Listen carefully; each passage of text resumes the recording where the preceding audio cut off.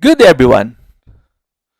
Today we are going to continue with our YouTube video which is Extensions of Hell Part 2B. So 2A is all about what's happening in the 8 p.m. to 9 p.m. ratio. Now, we are going to go with the second phase which is the 12 midnight. So which is strictly 12 midnight. So,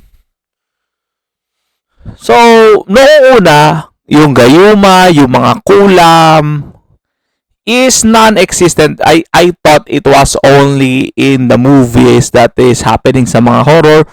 Yung mga may voodoo doll, yung pag pinindot, may sumasakit. But, to realize that it's not just a fiction thing, but it is a real thing na, hey, there is something wrong, no? There is something wrong about bakit ganun? Bakit nasa palabas? So, sabi nila sa akin, yung mga nangyayari dito sa Earth is just a delayed version of what is already happening in the second heaven. So, yung idea ng kulam, yung mga ganyan, it is true na meron. And look, this is what's gonna happen in the 12 o'clock a.m. That is why in the cemetery, eto na yung first part ng kanilang ginagawa. So, paano ba nagsisimula yung mga kulam-kulam or yung naglilay ng curse sa mga patay? So, yung ano kasi, yung devil kasi dyan, so,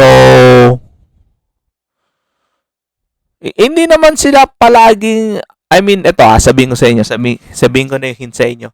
The devil is also like the humans. They are just limited with what they do. So, with all of the humans that is available, that pwede nila sumpain or pwede nilang i-death note, they can only do so much. Like I tell you. So, kasi the devil is also has responsibilities in different planets. They also have responsibilities in the different parts of the globe. Because of the limited capabilities, inuutusan na nila sa tao, sa mga witchcraft, binibigyan na lang nila ng kapangyarihan yung mga tao na to do those spells like the witch, the death notes, the gayuma, yung mga ganyan ba. So, paano ba nagsisimula ang process ng this one, kulam or like this? Normally, this happens every 12 o'clock in the midnight. Normally, sa cemetery. Yung susunod na extensions of hell, which is the churches, eto yung susunod na meeting place nila. So, basta yung mga places na pwede nilang i-fortify yung aura nila, that's a place that they can do. So, basically, halos dati nga sa mga cemetery lang. Ngayon, since it's already rampant, the footnotes of the evil of the devil is so rampant today that they can do almost everywhere. So, there is no presence of God in the earth. Although yes, it is still governed by the Lord, but the footsteps, the aura is already from the devil. The earth has already begun. The Lord is starting to alienate Himself in the earth. Kaya nga sabi ni Lord, malapit nang matapos ang mundo. But like I said, it's not something bukas or in earthly terms na mabilis. But for Him, this is the beginning of the end phase. This is the beginning of the end phase. Malapit nang matapos ang mundo. I don't know when. Definitely hindi bukas, definitely hindi next year. The Lord will assure to you, next decade, not really. For Him, it's soon. For us, no. All of the Gen A, do not worry, Gen A, Gen B, and even Gen C or Gen D is not gonna see it visually. Do not worry. So all of the generation of the people today is not gonna make it to the rapture. Hindi nila makikita ang rapture. Here's the thing. Hindi nga nila abutan yung rapture, pero here comes death. Death is coming to everyone. And for everyone, every people that is not going to the kingdom of God is gonna partake in the punishment to hell, or they are gonna bring people also, their souls is also gonna bring people to hell through this death note, kulam, gayuma, and the like. What is kulam pala, by the way? So, Kulam kasi sabi ni Lord is laying a curse upon man. Pwedeng through illness, pwedeng through petrification, pwedeng through sickness, pwedeng through impalement and the like. Maraming bagay. Basta hindi ka matutuwa sa resulta lang kulam. Yung dal na tusok, that's one.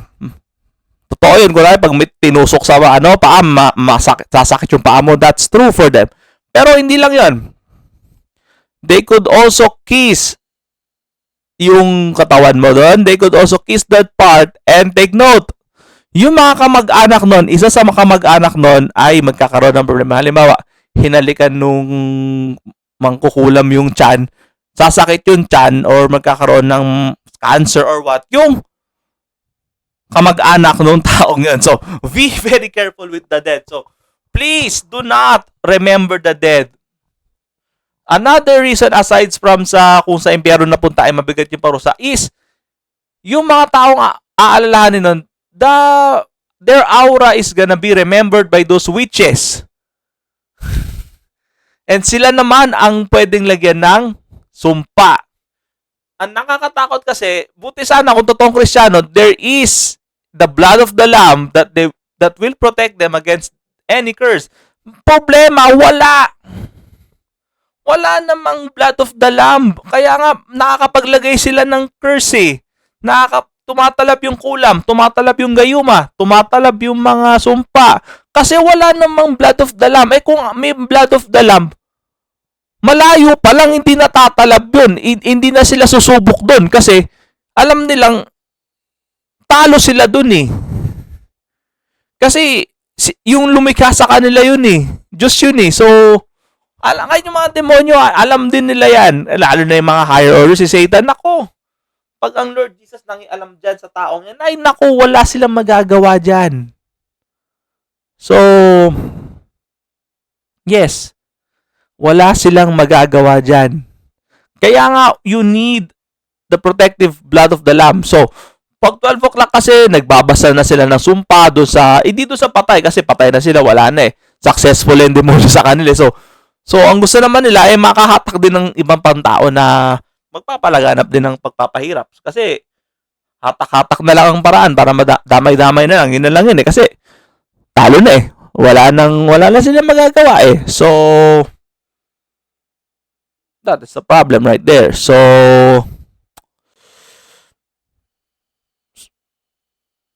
you know,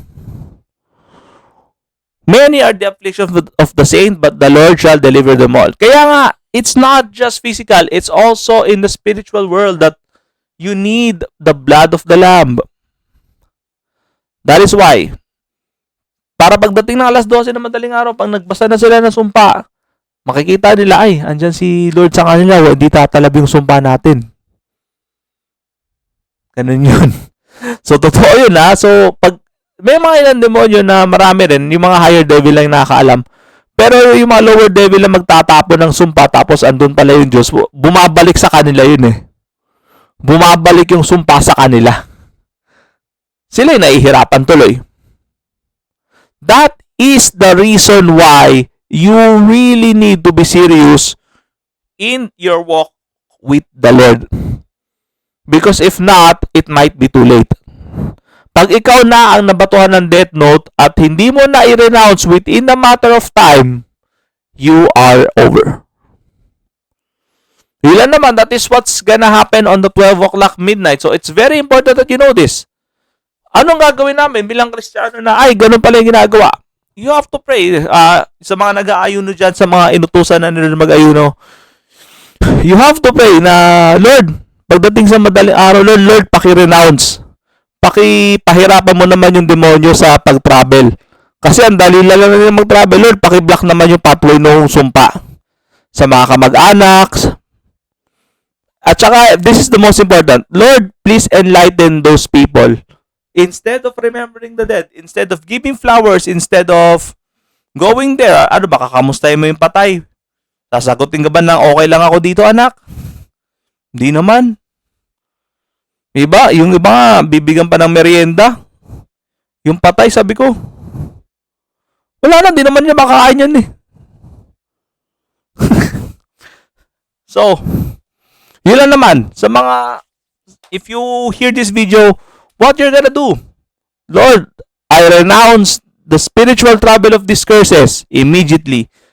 Lord, paratingin mo yung mga angels ng mga alas 12. Paratingin mo sila, Lord, pakiharangin yung mga daan para mahirapan sila. Ganun ang pagdadasal. Ganun yan.